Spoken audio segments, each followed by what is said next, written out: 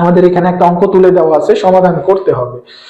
আমরা একটু দেখি প্রশ্নটা পড়ে। এখানে আমাদের অঙ্কটা কি দেওয়া হয়েছে, স্থানীয় মান অনুযায়ী গণনা করি ও সংখ্যাটি লেখি।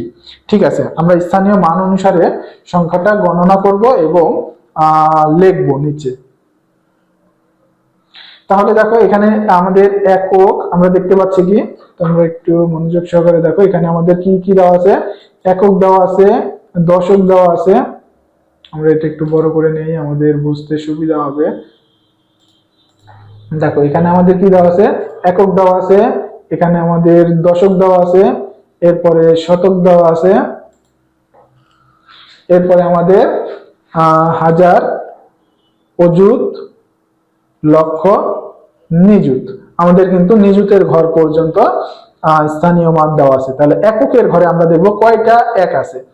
দেখো এককের ঘরে 1 2 3 4 5 6। আমাদের কিন্তু এককের ঘরে 6টা এক দেওয়া আছে। তাহলে আমরা এখানে কত লিখবো, 6 লিখবো। এখানে এককের ঘরে আমরা 6টা এক দেওয়া আছে, তাহলে আমরা এখানে 6 লিখবো। এরপরে দেখো আমরা দশকের ঘরে দেখবো, দশকের ঘরে আমাদের কয়টা 10 দেওয়া আছে, 1 2। তাহলে 2টা 10 দেওয়া আছে, আমরা এখানে তাহলে 2 লিখবো।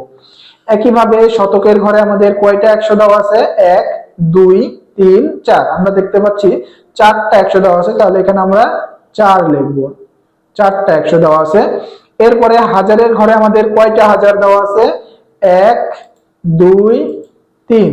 3টা হাজার দেওয়া আছে আমাদের, তাহলে এখানে আমরা লিখবো 3000, মানে 3 লিখবো আমরা।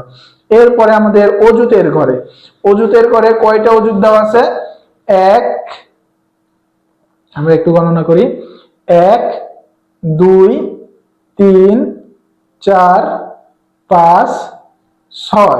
6টা অযুত দেওয়া আছে, একটা অযুত কিন্তু 10,000। তাহলে এখানে আমাদের 6টা অযুত দেওয়া আছে, আমরা 6 লিখবো অযুতের ঘরে। আচ্ছা, এরপরে আমাদের লক্ষ, লক্ষের ঘরে আমরা দেখি কয়টা লক্ষ দেওয়া আছে আমাদের, 1 2 3 4। আমাদের কিন্তু লক্ষের ঘরে 4টা লক্ষ দেওয়া আছে, তাহলে আমরা লক্ষের ঘরে কত লিখবো, 4 লিখবো। এরপরে দেখো আমাদের নিযুতের ঘর, নিযুতের ঘরে কয়টা নিযুত দেওয়া আছে, 1 2 3। আমাদের কিন্তু এখানে 3টা নিযুত দেওয়া আছে, তাহলে নিযুতের ঘরে আমরা কত লিখবো, 3 লিখবো। এখন তাহলে দেখো আমাদের সংখ্যাটা কত হলো, আমরা সংখ্যাটা তাহলে কত লিখবো, আমাদের নিযুত আর লক্ষের ঘর মিলে কিন্তু একটা ঘর আসবে লক্ষের ঘর। আমরা জানি কি নিযুত আর লক্ষ এই দুইটা ঘর মিলে কিন্তু আমাদের একটা সংখ্যা হবে লক্ষের। তাহলে 3 আর লক্ষের ঘরে আছে 4, 3 10 4 কত, 34। 34 কি হবে, 34 লক্ষ হবে কিন্তু। তাহলে এখানে আমরা লিখবো 34। এরপরে অযুত আর হাজারের ঘর মিলে কিন্তু আমাদের আবার একটা ঘর হবে, অযুত আর হাজার। তাহলে অযুত আর হাজার মিলে আমাদের এখানে কত হচ্ছে, 6 আর 3, 6 10 3 63। 63 কি হবে, 63 কিন্তু আমরা হাজার লিখবো।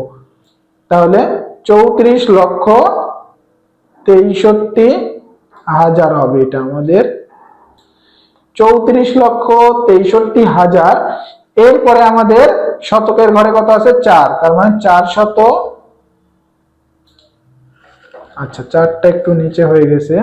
এমনিতেই লেখাগুলো খুবই হচ্ছে যে বুঝতে সমস্যা হচ্ছে মনে হয় তোমাদের, যেহেতু আমি স্মার্ট বোর্ডে হচ্ছে তোমার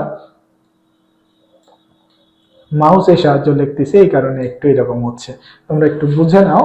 34 লক্ষ 63 হাজার 400 এবং একক আর দশক স্থানের অঙ্ক মিলে আমাদের যে সংখ্যা হচ্ছে 2 10 6 26।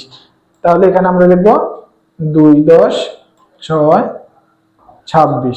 তাহলে 34 লক্ষ 63 হাজার 426, এটা হচ্ছে আমাদের সংখ্যা। এইভাবে কিন্তু আমাদের ছকের মধ্যে স্থানীয় মানগুলা দেওয়া থাকলে আমরা সংখ্যাটা কিন্তু নির্ণয় করতে পারবো। আশা করি তোমরা এটা বুঝতে পারছো। এটা একটু তোমরা নোট করে রাখবে খাতায়, এই মানটা পরবর্তীতে নিজেরা না দেখে এটা প্র্যাকটিস করবে এবং আশা করি খুব সহজেই তোমরা করতে পারবে এগুলো।